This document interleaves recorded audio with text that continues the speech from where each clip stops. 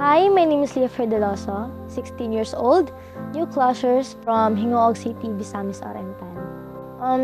Doon po sa amin, minsan po, tinutulungan ko yung dad ko sa mga business niya. Pag-deliver ng suka like vinegar, ganun.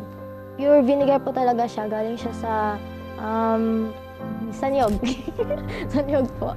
Tapos po, yung pag-deliver din po ng mga panggatong para po sa mga people na need ng kahoy po sa pagluluto.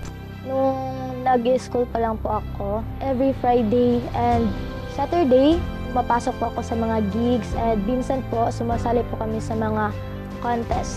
And kahit po ang layo ng mga contest na sinasalihan namin, pinupuntahan po talaga namin para lang po i-share yung talent ko po. And kaya po kami umaabot sa ganun ka layo na lugar because of my dad.